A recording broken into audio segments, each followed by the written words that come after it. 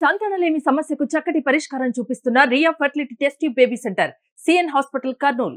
కృష్ణదేవరాయలు ఒక చక్రవర్తిగా కొనసాగటం చరిత్రకు తెలిసిన విషయమే. మరి కృష్ణదేవరాయలు అన్ని రంగాల్లో ఈ ప్రాంతాల్లో అభివృద్ధి చెందేదానికి దోహదపడ్డారు. వాళ్ళ మనవలు కుమారులు కూడా కర్నూలు ప్రాంతంలో అమ్మాయిలు పెళ్లి చేసుకున్నారని ఒక చరిత్ర చెప్తుంటుంది. మరి అలాంటి కృష్ణదేవరాయలు ఇక్కడ విగ్రహం పెట్టుకోవడానికి కొన్ని ఇబ్బందులు పడినప్పుడు ఇక్కడ సహకరించి విగ్రహం పెట్టుకోవడానికి ఇక్కడ అవకాశం కల్పించిన సమయంలో ఇది నా అదృష్టం అని భావిస్తున్నాను. ఇటువంటి అదృష్టం నాకు వారి ద్వారా కలగటం, మిత్రుల ద్వారా కలగటం. బల్జ సంఘము శెట్టి బల్జ, మా పేరు పక్కన మళ్ళీ బల్జ అని పెట్టింటారు. శెట్టి బల్జ ఒకటి యాడ్, శెట్టి ప్లస్ బలజ, శెట్టి బలజ. ఎవరిని విశ్వసిస్తారో, ఎవరిని గౌరవిస్తారో, ఎవరు వారికి మంచివారుగా ఉంటారో జీవితాంతం రుణపడి ఉంటారు. అటువంటి కమ్యూనిటీ ప్రారంభిస్తాం. కృష్ణదేవరాయలు దేవాలయాలు కానీ, కళలు కానీ, సంగీతం కానీ, పండితుల్ని కానీ, మరి అన్ని రంగాల్లో ఆయనకు ఆయనే కాంపిటీషన్. తెలుగు పాండిత్యాన్ని అన్ని ప్రాంతాల్లో వెళ్లేదానికి, విదేశాల్లో కూడా తెలుగు పాండిత్యం పోయేదానికి ఆయన చేసిన కృషి ఎవరు మరవలేదు. మరి అటువంటి కృష్ణదేవరాయలు ఆయన చేసిన గొప్పతనం మన చరిత్రలో ఉన్నది.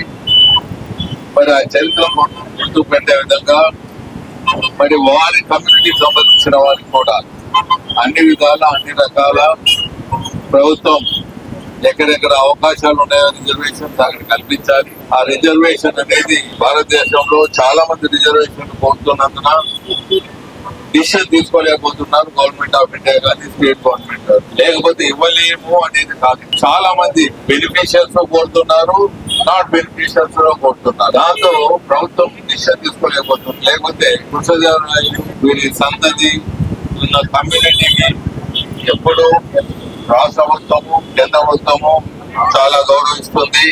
ఇలాంటి సొల్యూషన్ కొద్దిగా టైం పట్టొచ్చు. ప్రభుత్వం ఇందులో తప్పకుండా ఇందులో వెనుకబడిన వాళ్ళందరినీ ముందుకు తీసుకుపోవాలి. ఇందులో భాగంగా ఈ రోజు మన పవన్ కళ్యాణ్ గారు ఉప ముఖ్యమంత్రిగా ఉన్నారు. చంద్రబాబు గారు, పవన్ కళ్యాణ్ గారు, బీజేపీ మోదీ గారు ముగ్గురు నిమూర్తులు ఈ రాష్ట్రాన్ని ముందుకు తీసుకుపోయే దాంట్లోనూ, అభివృద్ధిలోనూ మరి వారి సామాజిక వర్గాలు ఎక్కడ వెనకబడితే వారికి సహకరి. మరి మీకు కూడా ఈ రోజు ఒక గౌరవాన్ని దక్కించారు. పవన్ కళ్యాణ్ గారు మీ వారు ఒక ఉప ముఖ్యమంత్రిగా ఉండేది, వారు అధికారంలో ఉన్నారంటే ఆటోమేటిక్ గా మీ కమ్యూనిటీ వాళ్ళకు ఒక విధమైన బలము, గౌరవం ఇస్తుంటుంది. మీకు ఎవరైనా మీలో బాధితులున్నా పవన్ కళ్యాణ్ గారు మీకు చెప్పే పని లేదు. వాళ్ళకి ఎవరు చేస్తున్నారో అల్లరి వాళ్ళకి చెప్పే పని లేదు. ఆటోమేటిక్ గా మీకు ఒక పవర్ అనేది వస్తుంది.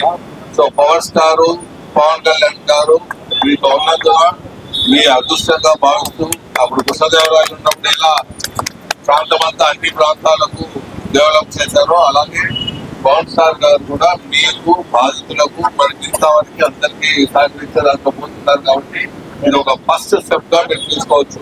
ఎంతో కాలంగా మీరు ఎదురు చేస్తున్న నాయకుడు ఇప్పుడు డిప్యూటీ ముఖ్యమంత్రిగా పరిపాలిస్తున్నారు. అది ఒకటే కాకుండా మోదీ గారితోనూ, పవన్ కళ్యాణ్ గారు అలాగే చంద్రబాబు గారితో పవన్ కళ్యాణ్ గారు మిత్రులుగా ఉండటం, మిత్రుల సహకారంతో ఇద్దరితో మిత్రులు ఉన్నందుకు డెఫినెట్ గా ఆయన పవర్ స్టార్, పవర్ లీడర్ కూడా అయినారని మీకు తెలియజేస్తున్నారు. అది మీ అందరికీ లాభం అని తెలియజేస్తున్నారు. సో ఇలాంటివి ఎన్నో చెప్పుకోపోతే ఎన్నో ఉంటాయి.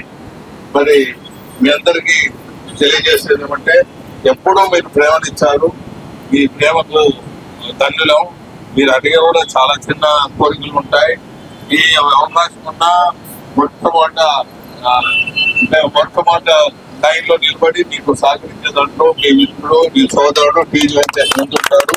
అలాగే కట్టాము అప్పుడు మరి దీంట్లో అప్పుడు విగ్రహాన్ని మరి ఇలాగే రూపం కూడా ఇక్కడ చేపించే దిశలో ముందుకు పోతామని తెలియజేస్తున్నాను. ఇలాంటిది ఇమీడియట్ గా కార్పొరేషన్ వాళ్ళని రిక్వెస్ట్ పెట్టి మీ రిక్వెస్ట్ అవుట్ తీసుకోవాలని కార్పొరేషన్ లో రిక్వెస్ట్ భరత్ ద్వారా చెప్పి ఇలాంటి స్థూపం ఇక్కడ పెట్టేసట్లా మీరు చేస్తే ఇది కూడా ఖర్చులు కర్నూలులో 199 ప్రాంతాల్లో సర్కిల్స్ డివైడర్స్ వేయించడంలో కానీ సర్కిల్స్ ఏర్పాటు చేసడం కానీ బ్యూటిఫికేషన్ లో కానీ చరిత్రలో ఒక టీవీ చేశారు. తర్వాత ఇంతవరకు ఎవరు చేయలేదు. సో భరత్ వచ్చారు, దాన్ని కొద్దిగా మెరుగులు తీసుకొని దాంట్లో ముందుకు వెళ్తాడు. కానీ కొన్ని వేళ ఓల్డ్ సిటీలో రోడ్లు డెవలప్మెంట్ కు ఎవరు ముందుకు రారు. వాళ్ళకు తెలియదు ఏమంటే రోడ్లు డెవలప్మెంట్ చేస్తే మీకు డబల్ రేట్ అవుతుంది. ఈ రోడ్డు కూడా నేను ఎంతో కష్టపడి డెవలప్ చేయడం జరిగింది, చాలా కష్టం. ఫస్ట్ టైం ఎమ్మెల్యే ఉంటే వైడెన్ చేశాను, మళ్ళీ సెకండ్ టైం చేశాను.